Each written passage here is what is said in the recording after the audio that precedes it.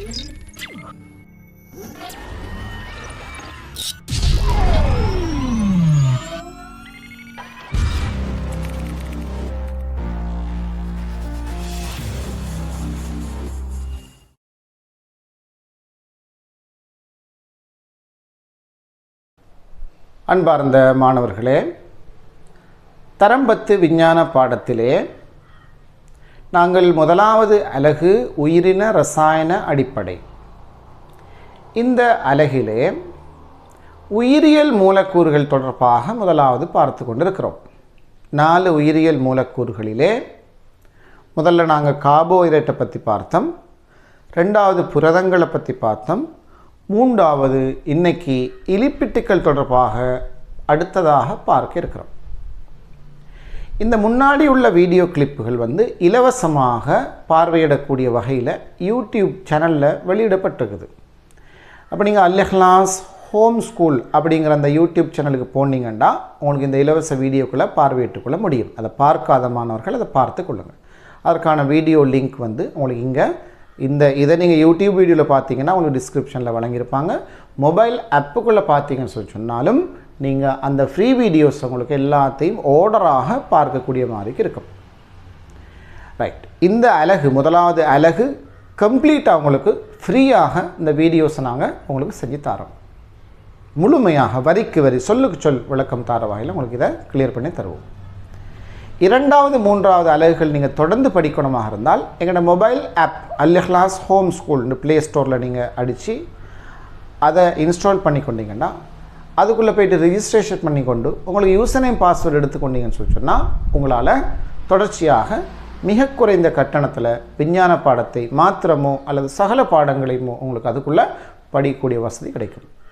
அதில் உங்களுக்கு online practice இருக்குது, டியூட் PDF அசைன்மெண்ட் இருக்குது, அது மாதிரி சயின்ஸ் படிப்பிக்கிற வீடியோ இருக்குது. இதற்கு தேவையான மேலதிக விளக்க வீடியோக்கள் யூடியூப் வீடியோ லிங்க்ஸ் எல்லாம் உங்களுக்கு நாங்கள் அதுக்குள்ளே தந்திருக்கோம். 4 வகையான கற்றல் அம்சங்கள் அதுக்குள்ளே உங்களுக்கு அந்த மொபைல் ஆப்புக்குள்ளே இருக்கும். ஸ்ரீலங்காவில் இந்த மாதிரி ஒரு மொபைல் ஆப் இது வரைக்கும் கிடையாது. நம்பர் 1 ஆப்பாக தமிழ் மீடியம் ஸ்டூடெண்ட்ஸுக்கு நம்ம இந்த மொபைல் ஆப்பை அறிமுகம் செய்திருக்கிறோம்.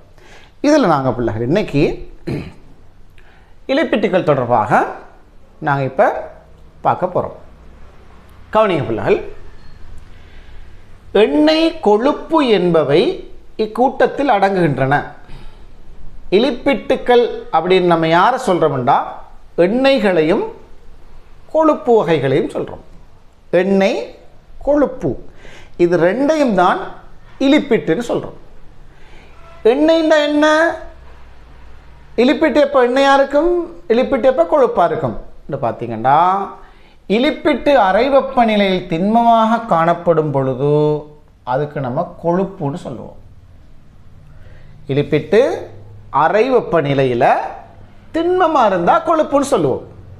திரவமாக காணப்படும் போது அதை நாங்கள் எண்ணெய்ன்னு சொல்லுவோம். திண்மமாக இருக்கிற இலிப்பிட்டை கொழுப்புன்னு சொல்லுவோம், திரவமாக இருக்கிற இலிப்பிட்டை எண்ணெய்ன்னு சொல்லுவோம். இப்போ நீங்கள் பார்த்துருப்பீங்க, இறைச்சி சமைக்கிறதுக்கு எடுக்கிற நேரத்தில் அதில் கொழுப்பு கட்டியாக இருக்கும் இல்லையா பிள்ளைகள், கொழுப்பு திண்மமாக இருக்கும். அதை நாங்கள் சமைக்கிற நேரத்தில் அந்த கொழுப்பு எல்லாம் உருகி எண்ணெயாக மாறும். கூடுதலான வெப்பநிலை காரணமாக, சூட்டின் காரணமாக அந்த கொழுப்பு உருகி எண்ணெயாக மாறும். நீங்கள் கறி சமைச்ச பின்னாடி அந்த பாத்திரத்துக்குள்ளே அதிகமாக எண்ணெய் காணப்படும். இந்த கரியின் சூடு வெப்பநிலை குறைகிற நேரத்தில் அந்த எண்ணெய் மறுபடி கொழுப்பு கட்டியாக மாறும். இப்போ உங்களுக்கு வழங்கியிருக்கும் பிள்ளைகள், இந்த கொழுப்பு அப்படிங்கிறது திண்மமாக இருந்தால், இலிப்பிட்டு திண்மமாக இருந்தால் கொழுப்புன்னு சொல்கிறோம். அதே இலிப்பிட்டு திரவநிலையில் இருந்தால் எண்ணெய்ன்னு சொல்கிறோம். தேங்காய் எண்ணெய், இப்போ தேங்காய் எண்ணெய் போத்தலில் இருக்கிற திரவம் குளிர் காரணமாக சில நாட்களில் குளிர் அதிகமாக நிலவிச்சுண்டா, அறை வெப்பநிலை குறைஞ்சிச்சுண்டா அந்த போத்தலில் இருக்கிற தேங்காய் எண்ணெய் கட்டியாக மாறிடும். வெள்ளை கலராக கொழுப்பு கட்டியாக மாறிடும், திண்மமாக மாறிடும். அப்போ அதை கொஞ்சம் நீங்கள் சூடு காட்டினீங்கன்னா அது மறுபடி உருகி தேங்காய் எண்ணெயாக வரும். அப்போ எண்ணெயும் கொழுப்பும் தான் இலிப்பிட்டுன்னு சொல்கிறது. அது திரவமாக இருந்தால் எண்ணெய்னு சொல்லுவோம், திண்மமாக இருந்தால் கொழுப்புன்னு சொல்லுவோம். Right, okay. இப்போ இந்த இலிப்பிட்டுக்கள் பிள்ளைகள் கார்போஹைட்ரேட்டில் காணப்படக்கூடிய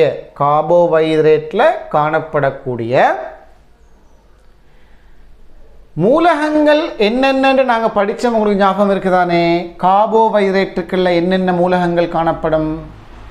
கார்பன், ஐதரசன், ஒட்சிசன்.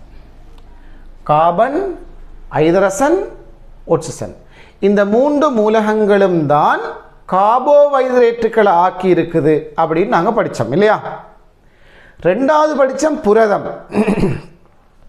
புரதத்தை ஆக்கி இருக்கிற மூலகங்கள் நாங்கள் பார்க்குற இடத்துல கார்பன், ஹைட்ரஜன், ஆக்சிஜன், 4வதாக நைட்ரஜனையும் சேர்த்தோம்.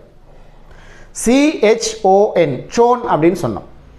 அதோட சில புரதங்களில் மாத்திரம் மேலதிகமாக கந்தகம் காணப்படும் சொன்னோம். சரி, ஓகே. அது புரதங்களில். மூன்றாவதாக நாங்கள் லிப்பிடுக்கு வர நேரத்தில் இலிப்பிட்டுக்கள்லையும் என்னண்டா பிள்ளைகள் கார்போஹைட்ரேட்டில் காணப்பட்ட மாதிரி அதே கார்பன், ஹைட்ரஜன், ஆக்சிஜன், CHO இந்த 3 மூலகங்களும் தான் இலிப்பிட்டுக்களையும் ஆக்கி இருக்குது. கார்போஹைட்ரேட்டையும் ஆக்கியிருக்கிறது இந்த 3 மூலகம்தான், இலிப்பிட்டுக்களையும் ஆக்கியிருக்கிறது இந்த 3 மூலகம்தான். சரி, ஆனால் கார்போஹைட்ரேட்டில் இந்த 3 மூலகங்களில் ஹைட்ரஜனுக்கு ஆக்சிஜனுக்கு இடையிலான அந்த விகிதம் நம்ம என்னென்னு படித்தோம்? 2க்கு 1 படித்தோம் இல்லையா? அவ்வளோ. அதாவது ஐதரசன் ஒட்சிசன் விகிதம். ஐதரசன் ஒட்சிசன் விகிதம். அப்போ கார்போஹைட்ரேட்டுகளை பொறுத்தவரையில் ஐதரசனுக்கு ஆக்சிஜன் 2க்கு 1. இது எங்கே? கார்போஹைட்ரேட்டுகளில். ஆனால் பிள்ளைகள் லிப்பிடில் இந்த ஐதரசனுக்கு ஆக்சிஜன் என்ற விகிதம், ஐதரசனுக்கு ஆக்சிஜன் விகிதம் இந்த 2க்கு 1 விட ஐதரசன் அதிகம். ஐதரசன் அதிகம். ஐதரசன் எண்ணிக்கை அதிகமாக காணப்படும்.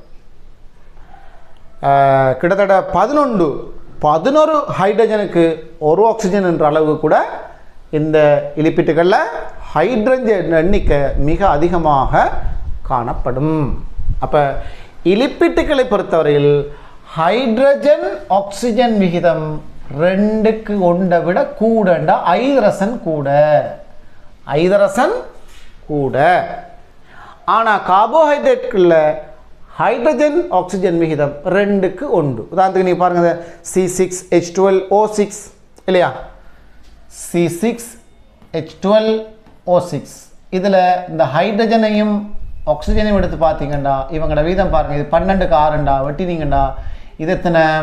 2க்கு இது 1. இது கார்போஹைட்ரேட்டுகளில்.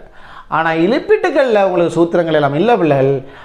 இலிப்பிட்டுகளை பொறுத்தவரையில் எது கூட இருக்கும்? 2க்கு 1ன்ற ரேஷியோவை விட எது கூட இருக்கும்னா ஐதரசன் கூட இருக்கும். ஐதரசன் 11 ஹைட்ரஜனுக்கு 1 ஆக்சிஜன் என்ற அளவுக்கு ஹைட்ரஜன் எண்ணிக்கை சில இடங்களில் அதிகமாக காணப்படும். இது விளங்கிட்டு தானே பிள்ளைகள் உங்களுக்கு? ரைட். அடுத்த விஷயத்துக்கு வருவோம். இலிப்பிட்டு நீர் உட்பட முனைவுத்தன்மையான திரவங்களில் கரைவதில்லை. கவனிங்க, இது முக்கியமான பாயிண்ட். நீர் போன்ற முனைவுத்தன்மையான திரவங்களில் கரையிற இல்லை. இலிப்பிட்டு கொழுப்பும் எண்ணெயும் எதில் கரையாதாம்? முனைவுத்தன்மையான திரவங்களில் கரைவதில்லை. நீர் ஒரு முனைவுத்தன்மையான திரவம். இந்த முனைவுத்தன்மைன்னா என்ன அப்படிங்கிறத நீங்கள் எங்கே பார்ப்பீங்க? 11ஆம் ஆண்டில் படிப்பீங்க இன்ஷா அல்லாஹ். அப்போ அந்த முனைவுத்தன்மைங்கிறத இப்போதைக்கு நீங்கள் பெரிய அளவுக்கு அலட்டிக்கொள்ள தேவையில்லை. 11ஆம் ஆண்டுக்கு அது மறுபடி அதை நீங்கள் படிக்க இருக்கிறீங்க. சரிதானே பிள்ளைகள்? ரைட். முனைவுத்தன்மை அப்படின்றது ஒரு பகுதியளவு அயன் தன்மை, அந்த ப்ளஸ் மைனஸ் தன்மை உருவாகிறது தான் முனைவுத்தன்மைன்னு நம்ம சொல்கிறேன். அப்போ நீர் ஒரு முனைவுத்தன்மை உள்ள ஒரு கரைப்பான். அப்போ நீர் போன்ற முனைவுத்தன்மை உள்ள கரைப்பான்களில் இலிப்பிட்டு கரையாது. அப்போ முனைவுத்தன்மை அற்ற கரைப்பான்களில், அதாவது பாருங்கள் சேதன கரைப்பான்களில், முனைவுத்தன்மை இல்லாத சேதன கரைப்பான்களில் இந்த இலிப்பிட்டு நன்றாக கரையும். அப்போ சேதன கரைப்பான்டா என்ன, அசேதன கரைப்பான்டா என்ன, முனைவுத்தன்மை உள்ள கரைப்பான், முனைவுத்தன்மை இல்லாத கரைப்பான், அதெல்லாம் நீங்கள் விரிவாக பின்னால் படிப்பீங்க பிள்ளைகள் பவராம் ஆண்டில். அப்போ இப்போதைக்கு இதை மட்டும் ஞாபகத்தில் வச்சுக்கொள்ளுங்க. நீர் போன்ற முனைவுத்தன்மை உள்ள திரவங்களில் இலிப்பிட்டு கரையாது, சேதன கரைப்பான்களில், முனைவுத்தன்மை இல்லாத சேதன கரைப்பான்களில் இலிப்பிட்டு நன்றாக கரையும். ஞாபகத்தில் வச்சுக்கொள்ளுங்க. இந்த கொழுப்பமிலம் எப்படி உருவாகுது என்று கேட்டால் பிள்ளைகள் அடுத்த விஷயத்துக்கு நாங்கள் வருவோம். கொழுப்பமிலம்ன்றது எப்படி உருவாகுது, கொழுப்பமிலம் அல்ல, இந்த இலிப்பிட்டு நம்ம படிக்கிற இலிப்பிட்டு தானே, இந்த இலிப்பிட்டு அப்படிங்கிறது எப்படி உருவாகுதுன்னு பார்த்தீங்கன்னா, 2 மூலக்கூறுகள் சேரும்போது இலிப்பிட்டு உருவாகுது. அந்த 2 மூலக்கூறுகளும் என்னென்றால், ஒன்று கொழுப்பமிலம், அடுத்தது கிளிசரோல். கொழுப்பமிலம் ஃபேட்டி ஆசிட்னு சொல்லுவோம் இங்கிலீஷில். இந்த கொழுப்பமிலம் ஒன்றும் ஒரு கிளிசரோல் ஒன்றும் சேர்ந்துச்சுண்டா ஒரு இலிப்பிட்டு மூலக்கூறு ஒன்றும் ஒரு நீர் மூலக்கூறும் உருவாகுது. ரைட். ஆனால் நாங்கள் இதுக்கு முன்னாடி படித்த கார்போஹைட்ரேட்டுகள், புரதங்கள் அப்படி இல்லை தானே பிள்ளைகள். கார்போஹைட்ரேட்டுகளுக்குள்ளுக்கும் 3 வகை இருக்குது. ஒரு சக்கரைட்டு, இரு சக்கரைட்டு, பல் சக்கரைட்டு. அந்த ஒரு சக்கரைட்டுகள் 2 சேர்ந்தால் அதுக்கு பேர் இரு சக்கரைட்டு. அந்த ஒரு சக்கரைட்டு பலது சேர்ந்து பல்பகுதியமாக, சங்கிலி மாதிரி பல்பகுதியமாக உருவாகினா அதுக்கு பேர் பல் சக்கரைட்டுன்னு சொன்னோம்.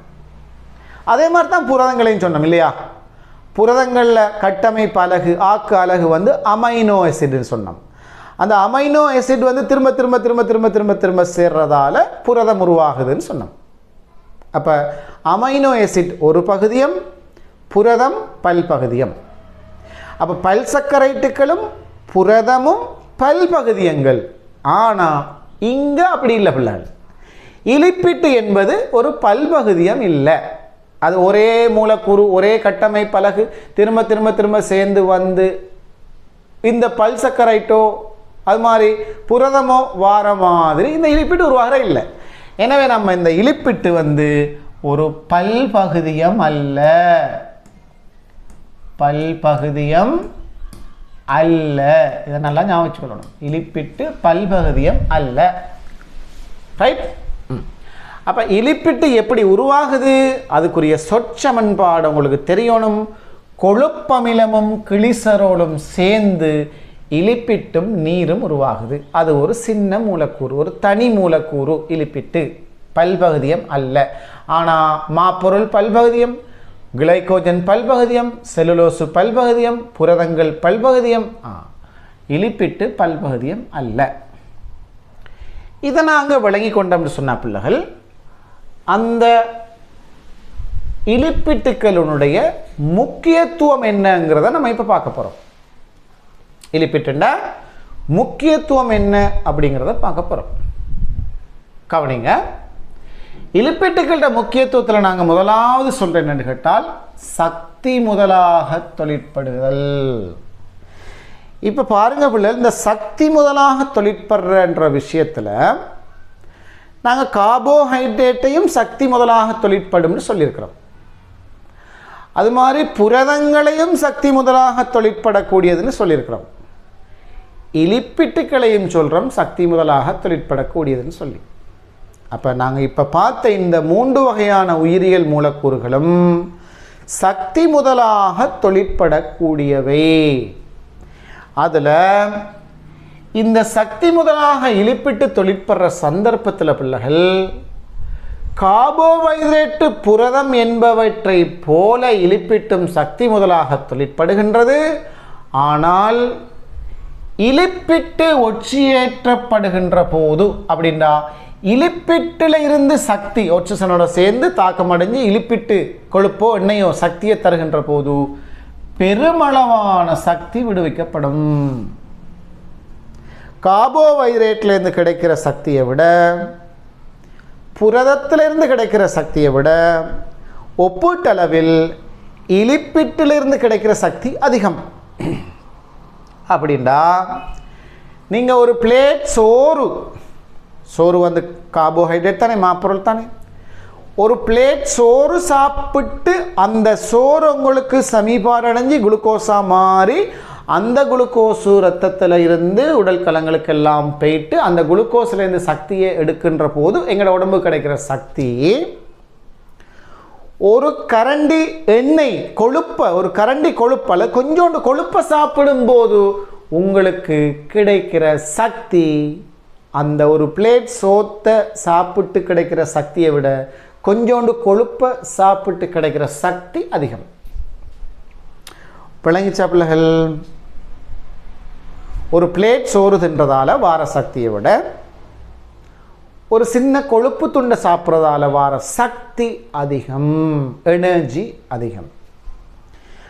அப்போ நீங்கள் கொழுப்பு சாப்பாடுகளை, எண்ணெய் சாப்பாடுகளை கொஞ்சோண்டு அதிகரித்தாலும் அது உங்களோட உடம்புல அதிகப்படியான கொழுப்பை, எண்ணெயை, சக்தியை அது ஸ்டோர் பண்ணி வைக்கிறதுக்கு காரணமாக அமைஞ்சிடும். அப்படின்டா சோறு கொஞ்சம் கூட சாப்பிட்றதால அவங்களோட உடல் எடை பாரிய அளவுக்கு எடை கூட போகிற இல்லை. ஆனால் எண்ணெயை நீங்கள் கொஞ்சம் ஒரு தேக்கரண்டி எண்ணெயை கூட்டிட்டீங்கன்னு சொன்னாலும் உங்களோட எடை கணிசமான அளவுக்கு அதிகரிக்கும். காரணம் என்னென்னா, அந்த கார்போஹைட்ரேட்லேருந்து வர எனர்ஜியை விட இந்த கொழுப்புல இருந்து வர எனர்ஜி அது இந்த அளவு அதிகம்ன்றதான் காரணம். ரைட். முதலாவது பாயிண்ட்டை நாங்கள் பார்த்துருக்கோம் பிள்ளைகள். ரெண்டாவது பாயிண்ட்டுக்கு வரோம். என்ன சொல்கிறாங்க? ரெண்டாவது, பல்வேறு கட்டமைப்பு கூறுகளை உருவாக்குவதற்கு இந்த இலிப்பிட்டுக்கள் முக்கியத்துவம் வாய்ந்ததான். இதுவும் நாங்கள் கார்போஹைட்ரேட்டின் முக்கியத்துவத்துக்குள்ளுக்கும் இதை நாங்கள் சொன்னோம். கட்டமைப்பு கூறுகளை, கலத்தின் கூறுகளை உருவாக்குறதுக்கு கார்போஹைட்ரேட் முக்கியம் சொன்னோம். புரதத்துக்குள்ளேயும் சொன்னோம். அது அதிகமான அளவுக்கு புரதம் கட்டமைப்பு கூறாக உடலை, கலங்களை கட்டி எழுப்புவதில் பங்களிப்பு செய்துன்னு சொன்னோம். மூன்றாவது இலிப்பிட்டுக்குள்ளேயும் சொல்கிறோம். அப்போ பாருங்கள், சக்தி உற்பத்திக்காக சக்தி முதலாக பயன்படுதுன்றத கார்போஹைட்ரேட்டுக்கு முக்கியத்துவமாக சொல்லுவோம், மேலும் புரதத்துக்கு முக்கியத்துவமாக சொல்லுவோம், மேலும் இலிப்பிட்டுக்கு முக்கியத்துவமாக சொல்லுவோம், மேலும் கட்டமைப்பு கூறாக தொழிற்படுதுன்றத கார்போஹைட்ரேட்டுக்கு சொல்லுவோம், மேலும் புரதத்துக்கு சொல்லுவோம், மேலும் இலிப்பிட்டுக்கு சொல்லுவோம், மேலும் மூன்றுக்கும் இந்த ரெண்டையுமே நீங்கள் சொல்லலாம். முக்கியத்துவத்துக்கு ரெண்டையும் 3 பேருக்கு சொல்லலாம். கலமென்சவின், அதாவது முதலுறு மென்சவின் பிரதான கூறாக இலிப்பிட்டு காணப்படுது. முதலுறு மென்சவின் பிரதான கூறாக இலிப்பிட்டு காணப்படுது. விசேடமாக அதை நம்ம என்ன சொல்கிறோம்டா, ஃபோஸ்போலிபிட் அப்படின்னு சொல்கிறோம். அதே போல் கொலஸ்ட்ரோல்னு சொல்கிறோம்.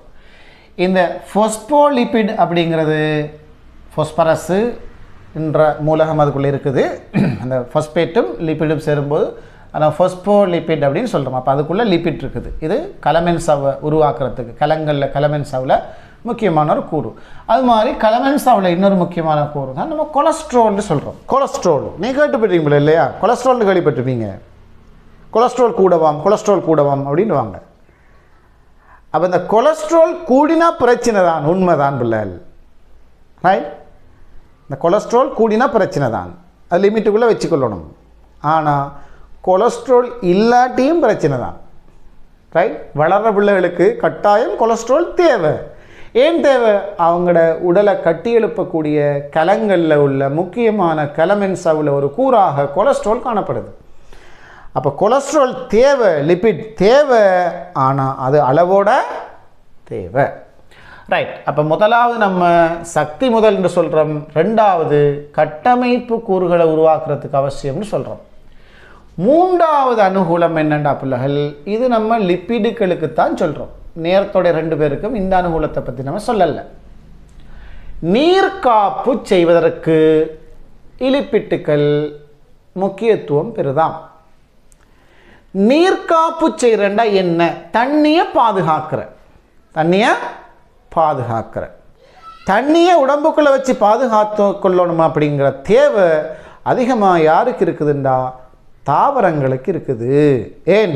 தாவரங்கள் உணவு தயாரிக்கணுமா இருந்தால் அதுக்கு நீர் ஒரு கட்டாயம் அவசியமான ஒரு கூறு. அப்போ தாவர உடல்களின் மேற்பரப்பில் ஒரு பதார்த்தம் இருக்குது பிள்ளைகள், கியூட்டின்னு சொல்கிறோம். என்னது? கியூட்டின். அது கியூட்டாக இருக்கிறதால அது கியூட்டின்னு பேர் வச்சுருக்கிறாங்க. ரைட். இந்த கியூட்டின், இந்த கியூட்டின் அப்படிங்கிறது ஒரு மெழுகு. ரைட், ஒரு மெழுகு மாதிரி இருக்குமாம். இது ஒரு இலிப்பிட்டு. கியூட்டின்ன்றது ஒரு இலிப்பிட்டு. நீங்கள் பகல் நேரங்களில் இந்த தென்னை ஓலைகள் இருக்குது தானே, தென்னை ஓலையை பார்த்தீங்கன்னா அது சூரிய ஒளி அந்த தென்னை ஓலைகளில் படுற நேரத்தில் உங்களுக்கு அந்த தென்னை ஓலைகள் ஷைன் பண்ணுமா இல்லையா பிள்ளைகள்? பல பலண்டு அங்கே ஒரு ஷைனிங் ஒன்று உருவாகுமா இல்லையா? அந்த தென்னை ஓலைகளில் மேற்பரப்புல இருக்கிற இந்த ஷைனிங் கீழ்ப்பக்கத்தில் இருக்காது பிள்ளைகள். இந்த மேற்பக்கத்தில் அந்த ஷைனிங் வந்து கீழ்ப்பக்கத்தில் இல்லை, குறவு. அப்போ இந்த இலைகளோட மேற்பரப்பில் தானே சூரிய ஒளி, சூரிய வெப்பம் அதிகமாக படுது. அந்த சூரிய வெப்பத்தின் காரணமாக அந்த தாவர இலைக்குள் இருக்கிற தண்ணி எல்லாம் ஆவியாகி போனால் அவருக்கு பெரிய நஷ்டம். அப்போ அந்த தாவர இலையில் மேலால் மேற்பக்கத்தில் இந்த கியூட்டின் அப்படிங்கிற ஒரு மெழுகுத்தன்மையான பதார்த்தம் அப்படியே பூசப்பட்டிருக்கு. கியூட்டின் அப்படியே ஒரு படிவாக மேற்பக்கத்தில் படிஞ்சிருக்குது. இந்த கியூட்டின் வந்து ஒரு மெழுகுத்தன்மையானது தானே, ஒரு கொழுப்பு தானே இது. அப்போ என்ன நடக்குதுன்னா சூரிய வெப்பக்கதிர்கள் அதில் வந்து பட்டு தெறிப்படைஞ்சு போயிடுது. அதே நேரம் அந்த தாவர இலைக்கு உள்ளுக்கு இருக்கிற அந்த நீர் மூலக்கூறுகளை தாவர இலையிலிருந்து வெளியே செல்ல விடாமல், ஆவியாகி அந்த நீராவி வெளியேறி போயிடாமல் இந்த மெழுகு ஒரு படையாக இருந்து அந்த தண்ணியை போக விடாமல் பாதுகாக்குது. இப்போ தாவர இலையில் ஆவியிருப்பு நடக்கிறது கீழ்ப்புற மேற்றோல், கீழ்ப்பக்கத்தில் தான் இலைவாய்கள் இருக்கும், அதனால தான் ஆவியிருப்பு நடக்குது. ஆனால் மேல் பக்கத்தில் இந்த மெழுகு படையை போட இல்லைன்னு சொல்லி சொன்னால் தாவர, அதாவது அந்த சூரிய வெப்பம் படுகின்ற போது அந்த வெப்பத்தின் காரணமாக அந்த நீர் ஆவியாகி வெளியால் போக பார்க்கும். அப்போ மேற்பக்கத்தில் அதிகமான வெப்பம் படுகுது, அந்த மேற்பரப்பில் இருந்த அந்த தண்ணி ஆவியாகி போகாமல் தடுக்கிறதுக்காக இந்த கியூட்டின் தாவர இலைகளில் ஒரு படையாக, ஒரு மெழுகு படையாக காணப்படுது. அப்போ இந்த கியூட்டின் ஒரு லிப்பிடு. எனவே தாவர இலைகளில் இந்த லிப்பிட் வந்து தண்ணியை ஆவியாகி போக விடாமல் பாதுகாக்குதா இல்லையா பிள்ளைகள்? அதைத்தான் சொல்கிறது நீர் காப்பு செய்தல். இது எங்கே நடக்குது? இந்த கியூட்டின் எங்கே படிஞ்சிருக்குது? தாவரங்கள்ல. சரி, அப்போ தாவரங்களில் நீர் வெளியேறுவது தடுக்கப்படுது. கியூட்டின்ங்கிறது ஒரு வகை இலிப்பிட் ஆகும். அதே மாதிரி பாருங்க பிள்ளைகள், விலங்குகளில் தாவரத்தில் எப்படி நீர் காப்பு செய்தோ அது மாதிரி விலங்குகள்லையும் இந்த கொழுப்பு நீர் காப்பு செய்து பாருங்க. அநேக விலங்குகளின் உடலில் மெழுகுப்படை ஒன்று காணப்படுவதால் நீரிழப்பு தடுக்கப்படுகின்றது. விலங்குகள உடல்ல மெழுகுப்படை ஒன்று காணப்படுது. அந்த மெழுகுப்படை காணப்படுறதால அங்கேயும் என்ன செய்து விலங்குகள உடம்புல அந்த நீர் இழக்கப்படாமல் பாதுகாக்கப்படுது. பொதுவாக தோலுக்கடியில், மனுஷன்லையும் தோலுக்கடியில் கொழுப்பு இருக்குது. நல்லா கொழுத்தவங்களுக்கு கூடுதலாக கொழுப்பு இருக்குது. ஓவர் கொழுப்பு உடம்புக்கு ஆகாத பிள்ளைகள். ரைட். அப்போ கொழுப்பை வந்து மேக்சிமம் குறைச்சிக்கொள்ளணும், அது மினிமைஸ் பண்ணிக்கொள்ளணும். கொழுப்பை இயன்றளவு கொழுப்பை குறைக்கணும். மசில்ஸை டெவலப் பண்ணணும். ஃபிசிக்கல் ஃபிட்னஸ், உடற்பயிற்சி செஞ்சு செஞ்சு செஞ்சு செஞ்சு உடல் தசைகளை வந்து நம்ம பில்ட் பண்ணிக்கொள்ளணும், தசைகளை விருத்தி செஞ்சுக்கொள்ளணும். ஆனால் கொழுப்பை எண்டளவு குறைச்சிக்கொள்ளணும். அது உடல் நலத்துக்கு கேடு பிள்ளைகள். எங்களோட சுறுசுறுப்பான இயக்கத்துக்கும் கேடு. கொழுத்தவங்க கொஞ்சம் உஷாராக வேலை செய்ய மாட்டாங்க. அவங்களோட பாடி வெயிட் கூடன்றதால அவங்க என்ன செய்வாங்க, கொஞ்சம் நேரம் நிற்க இயலாது, கொஞ்சம் நேரம் இருக்க இயலாது, உஷாராக வேலை செய்ய இயலாது. கொழுப்பு அதிகரிக்கிற நேரத்தில் இந்த பிரச்சனை எல்லாம் வரும். இப்போ நான் என்னுடைய உடல் எடை ஒரு 75 கிலோகிராம்னு சொல்லுவோமே, நான் எக்ஸ்ட்ரா ஒரு 20 கிலோகிராமை தூக்கி வச்சு ஒரு நின்றா எனக்கு எவ்வளோ பாரமாக இருக்கும்? என் உடல் 75 கிலோகிராம் எடை, நான் எக்ஸ்ட்ரா 25 கிலோகிராமை தூக்கி வச்சுக்கொண்டு எப்போவுமே இருக்கிறேன். நடக்க டைம்லையும் இருக்கிற டைம்லையும் தூங்குற டைம் எல்லா டைம்லையுமே 25 கிலோகிராம் என் உடம்புல நான் தூக்கி வச்சுக்கொண்டு இருக்கிறேன். இப்போ இது எனக்கு எவ்வளோ அசௌகரியமாக இருக்கும் பிள்ளைகள். அதே மாதிரி தான் இந்த கொழுத்த பிள்ளைகளுக்கும் இந்த அசௌகரியம் இருக்கும். அவங்களுக்கு தேவையான உடல் எடை 50 கிலோகிராம், ஆனால் அவங்களோட உடல் எடை 75 கிலோகிராம்டா. மேலதிக 25 கிலோகிராம் கொழுப்பை அவங்க தூக்கிட்டு சுமக்க இயலாமல் சுமந்து கொண்டு வாழ்நாள் பூராக கஷ்டப்பட்டு கொண்டிருக்காங்கன்னு அர்த்தம். எனவே பிள்ளைகள், நீங்கள் முதலாவது செய்ய வேண்டிய வேலை, உங்களோட எதிர்காலம் சக்ஸஸ் ஆகணுமா, நீங்கள் நல்லா படிக்கணுமா, நீங்கள் எக்ஸ்பர்ட் ஆகணுமா, நீங்கள் உங்களோட உடம்புல மேலதிகமாக தூக்கி சுமந்து கொண்டிருக்கிற அந்த எக்ஸ்ட்ரா எடை வெயிட்டை வந்து லாஸ் பண்ணுங்க, இல்லாமாக்குங்க. ரைட்? எக்ஸசைஸ், கொஞ்சம் எக்ஸசைஸ், ஒரு நாளைக்கு ஒரு 10 நிமிஷம் ஓடுங்க அல்லது துள்ளுங்க. டெய்லி 10 நிமிஷம் எக்ஸசைஸ் செய்யுங்க. கொழுப்பெல்லாம் கரைஞ்சி போயிடும். சாப்பாடை கொஞ்சம் குறைச்சி உடல் எடையை நீங்கள் கணக்காக மெயின்டைன் பண்ணி கொண்டீங்கன்னா பிள்ளைகள், நீங்கள் சுறுசுறுப்பாக வேலை செய்வீங்க. ஆரோக்கியமான உடலில் தான் ஆரோக்கியமான உள்ளம் இருக்கும். ஆரோக்கியமான உள்ளம்தான் படிக்கிறதுக்கு பொருத்தமானதாக காணப்படும். எனவே உங்களோட உடம்புல நீங்கள் எக்ஸ்ட்ரா தூக்கி வச்சுருக்கிறீங்க தானே, அந்த வெயிட், அந்த கொழுப்புன்ற பேக் தூக்கி வச்சுருக்கிறீங்க, அதை வந்து நீங்கள் இறக்கி வைக்கிறதுக்கான வழியை நீங்கள் தேடுங்க. Right, okay. இப்போ ஆனாலும் இங்கே நம்ம என்ன சொல்ல வரோம்னு கேட்டால், கொழுப்பு கொஞ்சோண்டு உடம்புக்கு தேவைன்னு சொல்கிறாங்க. கொஞ்சோண்டு தேவை. ஏனெண்டா அது உடலில் வெப்ப காப்பு செய்கிறதுக்கு பயன்படும். அடுத்து நீங்கள் இது நீர் காப்பு செய்து அதே மாதிரி எடுத்து பார்த்தீங்கன்னா வெப்ப காப்பு செய்கிறதுக்கும் இந்த கொழுப்பு பயன்படுது. பாருங்கள், பறவைகள் பாலூட்டிகள், பறவைகள் முளையூட்டிகள் இல்லையா?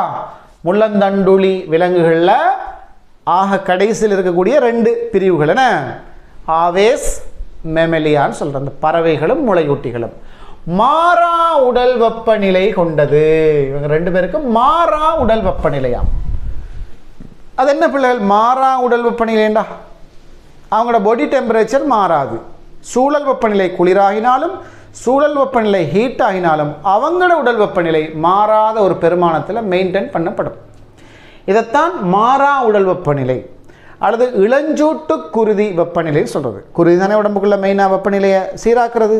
ஒரு சீர்திருத்தக்குள்ளே நீங்கள் அதை படிப்பீங்க பிறகு. ரைட். அப்போ இந்த உடலில் வெப்பநிலையை மாறாமல் பேணக்கூடிய 2 கூட்டங்கள் உண்டு, பறவைகள், அடுத்தது முளையூட்டிகள். அடுத்த எல்லாருக்குமே வெப்பநிலை மாறக்கூடியது பிள்ளைகள். அதான் சொல்லுவாங்க, அல்லும்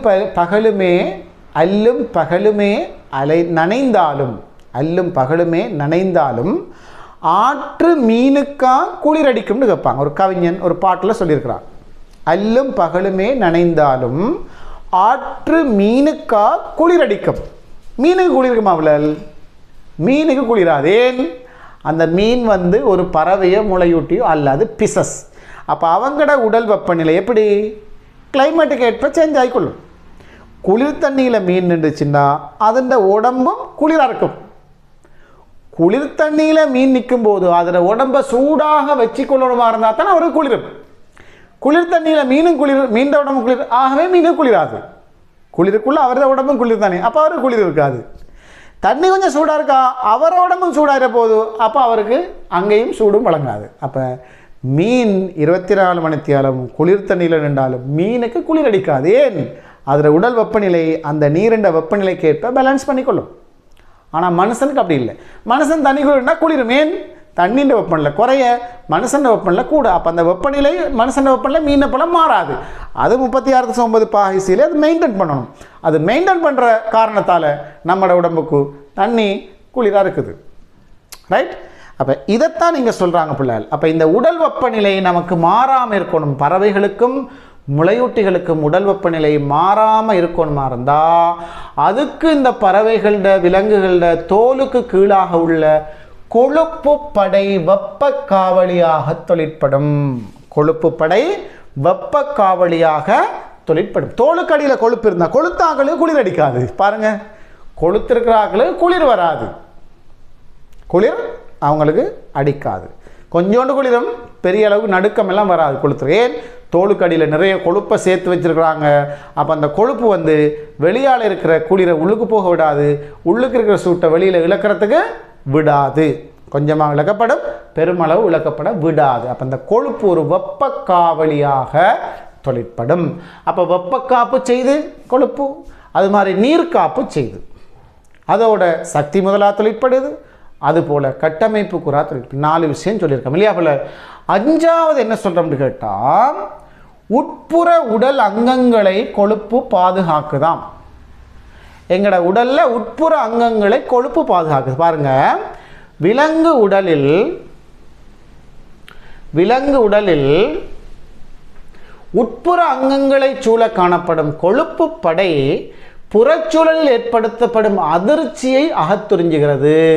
இதனால் உடல் உள்ளுறுப்புகளுக்கு பாதுகாப்பு கிடைக்கிறது. இந்த அதிர்ச்சிகளை உறிஞ்சுதல், இந்த ஷாக் அப்சர்வ் பண்ணுறது, ஷாக் அதிர்வுகளை உறிஞ்சக்கூடியதாக இந்த கொழுப்பு காணப்படுது.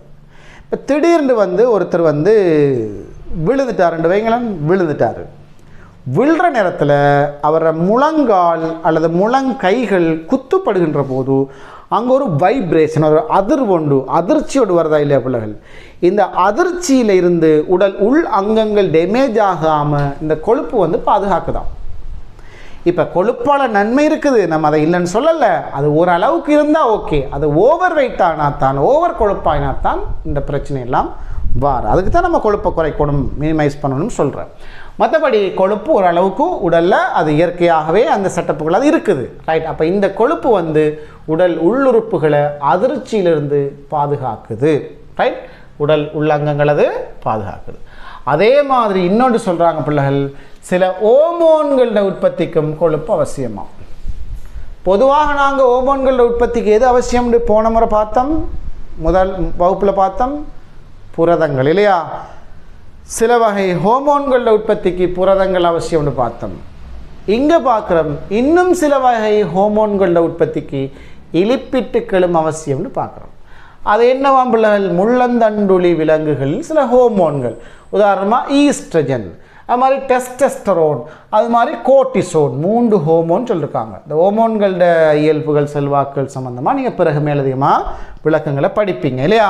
இந்த ஈஸ்ட்ரஜன், ப்ரொஜெஸ்டரோன் இதெல்லாம் இந்த துணைப்பால் இயல்புகளுக்கு பொறுப்பாக இருக்கிற ஹோமோன்கள். அது மாதிரி கோர்டிசோன். இந்த ஹோமோன்களோட உற்பத்திக்கு எது பயன்படுகுதாம்? கொழுப்பு, இலிப்பிட்டு அங்கே பயன்படுகுதாம். அப்போ இலிப்பிட்டுகளோட முக்கியத்துவங்கள் நம்ம பார்க்குற இடத்துல பிள்ளைகள், சில ஹோமோன்களோட உற்பத்தி உட்புற உடலங்கங்களை அதிர்விலிருந்து பாதுகாக்குது, உடல் வெப்பநிலையை பாதுகாக்குது, நீரை பாதுகாக்குது, நீர்க்காப்பு, பல்வேறு கட்டமைப்பு கூறுகளை உருவாக்குது, அது மாதிரி சக்தி முதலாக செயற்படுகிறது.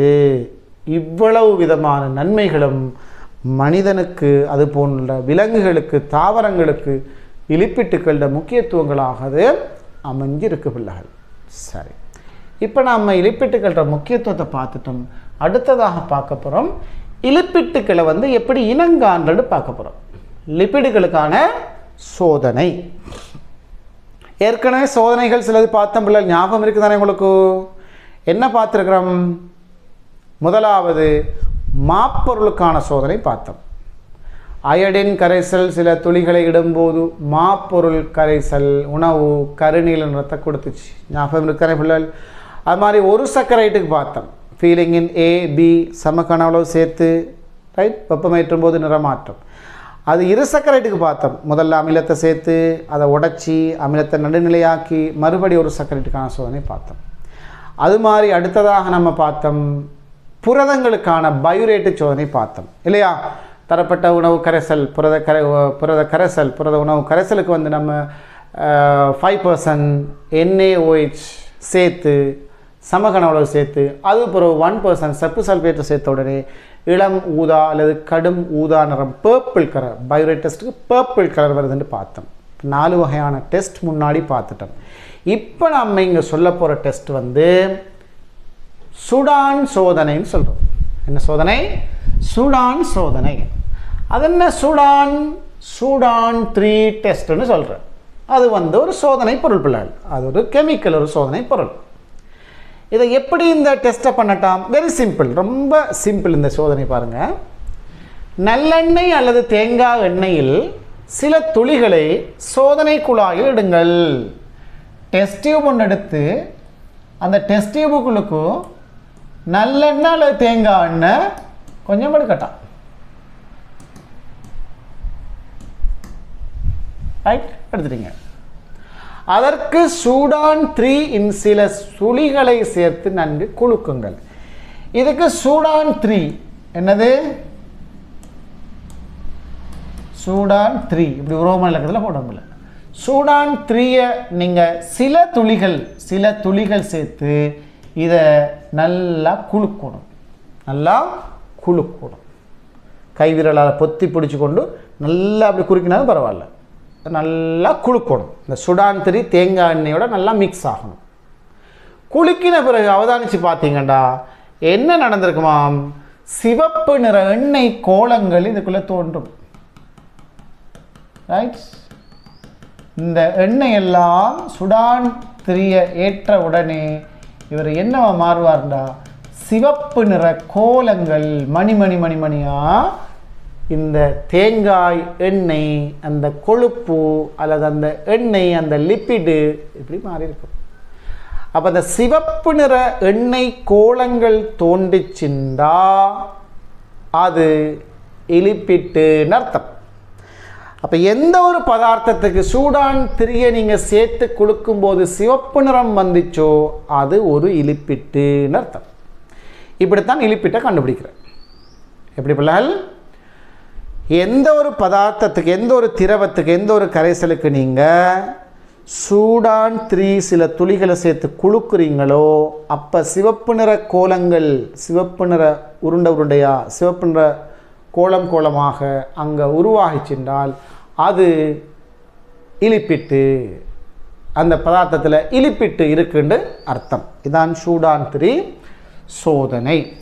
ஓகே பிள்ளைகள், நாங்கள் இப்போ கொழுப்பு எண்ணெய் ரெண்டும் கொண்ட இந்த இலிப்பிட்டை பற்றி பார்த்துட்டோம். இலிப்பிட்டுக்களுக்குள்ள கடைசி செக்ஷனுக்கு வந்து நிற்கிறோம். பாருங்கள் பிள்ளைகள், மேலதிக அறிவுக்காக கொழுப்பமிலங்களை பின்வரும் முறையில் வகைப்படுத்த முடியும். கொழுப்பமிலம்னா என்ன? இலிப்பிட்டுகளை உருவாக்குற மூலப்பொருள் இல்லையா? நம்ம முதல்ல ஒரு தாக்கம் ஒன்று படித்தோம், சமன்பாடு உண்டு, சொற்சமன்பாடு ஞாபகம் இருக்குதானே, இலிப்பிட்டு எப்படி உருவாகுன்னு சொல்லி. கொழுப்பமிலமும் கிளிசரோலும் சேர்ந்தால் இலிப்பிட்டும் நீரும் உருவாகும். அப்போ இலிப்பிட்டு ஒரு பல்வகதியம் இல்லைன்னு சொன்னோம். அப்போ இந்த கொழுப்பு அமிலம், அதாவது இலிப்பிட்டை உருவாக்கக்கூடிய இந்த கொழுப்பமிலங்கள் வந்து 2 வகையாக இருக்குது. அதை நம்ம ஒன்று என்ன சொல்கிறோம்னு கேட்டால் நிரம்பிய கொழுப்பமிலம்னு சொல்கிறோம், அடுத்தது நிரம்பாத கொழுப்பமிலம்னு சொல்கிறோம். நிரம்பிய கொழுப்பமிலம், நிரம்பாத கொழுப்பமிலம் சொல்கிறோம். அது நிரம்பாதண்டா எதனால் நிரம்பியது, எதனால் நிரம்பாதது அப்படிங்கிறது தெரியணுமா இல்லையா? ரைட், அது எதனால் நிரம்பியது எதனால் நிரம்பாததுண்டா பிள்ளைகள், ஐதரசன் அணுக்களால் நிரம்பியது. ஐதரசன் அணுக்கள் முழுமையாக நிரம்பாதது என்றதில் இருந்து தான் இந்த நிரம்பிய கொழுப்பமிலம், நிரம்பாத கொழுப்பமிலம் என்று சொல்லி நம்ம வகைப்படுத்துகிறோம். முதல்ல நம்ம நிரம்பிய கொழுப்பமிலத்தை பார்ப்போம். ஒவ்வொரு கார்பன் அணுவும் உயர் எண்ணிக்கை கொண்ட ஐதரசன் அணுக்களுடன் பிணைப்புற்று இருக்குமாயின் அது நிரம்பிய கொழுப்பமிலம் எனப்படும். இப்போ ஒரு கொழுப்பமிலம் ஒன்றுக்குள்ளுக்கு கார்பன் இருக்குது பிள்ளைகள், கார்பன் ஹைட்ரஜன் ஆக்சிஜன் தானே, இந்த கார்பன் இருக்குது. இந்த கார்பன் இப்படி போகிற நேரத்தில் இந்த கார்பனில் வந்து எல்லா கார்பனும் வந்து ஹைட்ரஜனால் நிரம்பி இருந்தால், எல்லா கார்பனும் ஹைட்ரஜனால் நிரம்பி இருக்குது. அப்போ ஒவ்வொரு கார்பனுக்கும் எத்தனை பிணைப்பு இருக்குது? 4 பிணைப்பு இருக்குது பிள்ளைகள். இது ஒவ்வொரு கார்பனுக்கும் 4 பிணைப்பு இருக்குது. இங்கால இன்னொரு செக்ஷன் வருது. இப்போ இங்கே இருக்கக்கூடிய எல்லா கார்பனையும் பார்த்தீங்கன்னா ஹைட்ரஜன் முழுமையாக நிரம்பி இருக்கு இல்லையா? ஒவ்வொரு கார்பனுக்கும் 4 பிணைப்பு வந்திருக்குது. இப்படி ஹைட்ரஜன் முழுமையாக நிரம்பி இருந்தா பிள்ளைகள் இந்த கொழுப்பமிலங்கள் ஒரு செக்ஷன் ஒன்று வரும், நான் ஒரு துண்டை மட்டும் காட்டுகிறேன். இந்த கொழுப்பமிலத்தை நம்ம நிரம்பிய கொழுப்பமிலம் சொல்லுவோம். ஐதரசனால முழுமையாக நிரம்பி இருக்குது. ரைட், அப்படின்னா 2 கார்பன் அணுக்களுக்கு இடையில் ஒருபோதும் இரட்டை பிணைப்போ மும்மை பிணைப்போ காணப்படுவதில்லை. இப்போ இங்கே இரட்டை பிணைப்பும் இல்லை, மும்மை பிணைப்பும் இல்லை. எல்லா கார்பன் அணுக்களுக்கு இடையிலையும் ஒற்றை பிணைப்பு தான் காணப்படுது. இப்படியான கொழுப்பமிலங்களுக்கு என்ன உதாரணம் சொல்கிறாங்க? நிரம்பிய கொழுப்பமிலம் உதாரணம் சொல்கிறாங்க. மிரிஸ்டிக் அமிலம், தாவரங்களிலும் விலங்குகளிலும் சிறிதளவில் காணப்படுகின்ற இந்த மிரிஸ்டிக் அமிலமும் இது மாதிரி நிரம்பிய கொழுப்பு அமிலமாம். அதுபோல் பாமிட்டிக் அமிலம் திண்ம கொழுப்பு விலங்குகளில், அது மாதிரி தாவரங்களில் காணப்படுகின்ற திண்ம கொழுப்புல, விலங்குல தாவரத்தில் காணப்படக்கூடிய திண்ம கொழுப்பு இந்த மாதிரி பாமிட்டிக் அமிலத்தால் நிரம்பி காணப்படுது, ஹைட்ரஜன் நிரம்பி காணப்படுது. ஆனால் பிள்ளைகள் சில இடங்களில் இது எப்படி இருக்குமா என்றால், அதோட என்னென்னு சொல்கிறாங்க, ஸ்தியரிக் அமிலம், தாவர கொழுப்பு, இதெல்லாம் நிரம்பிய கொழுப்பு, ஹைட்ரஜன் முழுமையாக நிரம்பி இருக்குது. இன்னும் சில கொழுப்பு அமிலங்கள் என்ன சொல்கிறாங்க, நிரம்பாத கொழுப்பு அமிலம். இப்போ நிரம்பாத கொழுப்பு அமிலம்னா அவர் யாரால் நிரம்பல்ல, ஐதரசனால் நிரம்பல்ல. அப்போ ஐதரசனால் நிரம்பாட்டி அங்கே என்ன காணப்படுது அப்படின்டா, ஐதரசன் அணுக்கள் குறைஞ்சி கார்பனுக்கும் கார்பனுக்கும் இடையில் இரட்டை பிணைப்போ மும்மை பிணைப்போ உருவாகி இருக்குதாம்.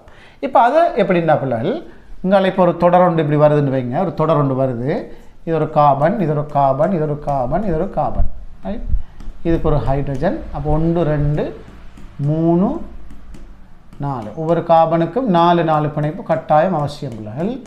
4 பிணைப்பு ஒவ்வொரு கார்பனுக்கும் கட்டாயம் இருக்கணும். அதுதான் இந்த சேதன ரசாயனத்துக்குள்ளே உள்ள மிக முக்கியமான விஷயம், சரிதானே? இப்போ ஒவ்வொரு கார்பனுக்கும் 4 பிணைப்பு இருக்குது. இப்படி ஹைட்ரஜன் முழுமையாக இருந்தால் இது ஒரு நிரம்பிய கொழுப்பு அமிலம் அப்படின்னு நம்ம சொல்கிறோம். சரி, இப்போ என்ன நடக்க போகுதுன்னா, இதில் 2 ஹைட்ரஜன் இல்லாமல் போகுது. இந்த பாருங்கள், இந்த ஹைட்ரஜனையும் அழிச்சிட்டோம், இந்த ஹைட்ரஜனையும் அழிச்சிட்டோம். இப்போ இந்த 2 ஹைட்ரஜனும் இல்லாமல் போயிட்டு, 2 ஹைட்ரஜனும் இல்லாமல் போயிட்டு என்ன நடக்க போகுதுன்னா பிள்ளைகள், இந்த இடத்துல ஒரு இரட்டை பிணைப்பு உருவாகுது. என்ன பாருங்க, இது இந்த கார்பனுக்கு இடையில் உருவாகின எக்ஸ்ட்ரா ஒரு இரட்டை பிணைப்பு உண்டு.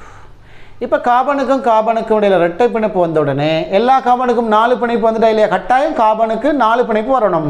இப்போ பாருங்கள், இந்த கார்பனுக்கு 4 பிணைப்பு சரியா, 1 2 2 4, இந்த கார்பனுக்கு 1 2 4. அப்போ கார்பனுக்கு தேவையான பிணைப்புகள் எண்ணிக்கை சரியாயிடுச்சு. ஆனால் 2 ஹைட்ரஜன் காணாமல் போயிட்டு, 2 ஹைட்ரஜன் காணாமல் போயிடுச்சு. இப்படி இருந்தால் ஒரு கொழுப்பு அமிலத்துக்குள்ளுக்கும் இப்படியான ஒரு கட்டமைப்பு இருந்தால் அந்த கொழுப்பு அமிலத்தை நம்ம சொல்லுவோம் நிரம்பாத கொழுப்பு அமிலம். இவர் யாரால நிரம்பல்ல, ஹைட்ரஜனால. ஹைட்ரஜன் இல்லாமல் போயிருக்குது, ஹைட்ரஜன் பற்றாக்குறை அல்லது ஹைட்ரஜன் குறைவாக இருக்குது. இப்படிப்பட்ட கொழுப்பு அமிலங்களை தான் நம்ம நிரம்பாத கொழுப்பு அமிலம்னு சொல்லுவோம். இதுதான் பிள்ளைகள் உடம்புக்கு டேஞ்சரானது. இந்த நிரம்பாத கொழுப்பு அமிலங்கள் உடம்புக்கு நல்லமில்லை இல்லையா, நிரம்பாத கொழுப்பு அமிலம் உடம்பு நல்லமில்லை. இது நம்ம இந்த எல்டிஎல்னு சொல்கிறது, லோ டென்சிட்டி லிபிட்னு சொல்கிறது. ஹெச்டிஎல்னா ஹை டென்சிட்டி கார்பன், அதாவது ஹைட்ரஜன் எண்ணிக்கை கூட அது நிரம்பிய கொழுப்பு அமிலமாக இருக்கும், அது உடலுக்கு நல்லது. இந்த நிரம்பாத கொழுப்பு அமிலம் தான் உடலுக்கு பிரச்சனையை உண்டு பண்ணுறது, கொலஸ்ட்ரால் சிக்கலை உண்டு பண்ணுறது அதிகமாக இந்த நிரம்பாத கொழுப்பு அமிலத்தில் சிக்கல் தான். அப்போ கவனிங்க பிள்ளைகள், இந்த ஹைட்ரஜன் எண்ணிக்கை குறைய கார்பனுக்கும் இடையில் இரட்டை பிணைப்பு உருவாகிறதால அங்கே இது நிரம்பாத கொழுப்பு அமிலமாக மாறும். இப்போ இந்த இரட்டை பிணைப்பு உருவாகின மாதிரி மும்மை பிணைப்பு உருவாகலாம் பிள்ளைகள். எப்படி மும்மை பிணைப்பு உருவாகலாம், இன்னும் 2 ஹைட்ரஜன் காணாமல் போயிட்டு, இந்த 2 ஹைட்ரஜனும் இல்லாமல் போயிட்டு. இப்போ என்ன நடக்க போகுது,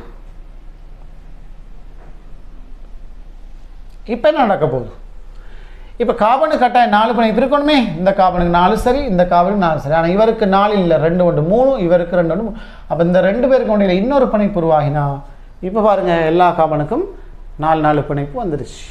இந்த மாதிரி கார்பனுக்கும் இடையில் கட்டாயம் 4 பிணைப்பு இருக்கணும். ஹைட்ரஜன் குறைகிற போது அதுக்கு பதிலாக அந்த கார்பன்களுக்கு இடையில், அந்த கார்பன் அணுக்களுக்கு இடையில் இரட்டை பிணைப்போ மும்மை பிணைப்போ உருவாகும். இந்த மாதிரி உருவாகினால் அது நிரம்பாத கொழுப்பு அமிலம்னு சொல்லுவோம். இப்படி இல்லாமல் எல்லாமே ஹைட்ரஜனால் நிரம்பி இருந்தால் அந்த கொழுப்பு அமிலத்தை நம்ம நிரம்பிய கொழுப்பு அமிலம்னு சொல்லுவோம். விளங்கிச்சான பிள்ளை, இப்போ இது நிரம்பாத கொழுப்பு அமிலம், நிரம்பிய கொழுப்பு அமிலம் என்றதோட நாங்கள் எதை முடிக்கிறோம், நியூக்ளிக் ஆசிட் என்ற செக்ஷனை லிப்பிட் என்ற செக்ஷனை முடிச்சு போட்டு நியூக்ளிக் ஆசிட் என்ற செக்ஷனுக்கு வரப்போகிறோம்.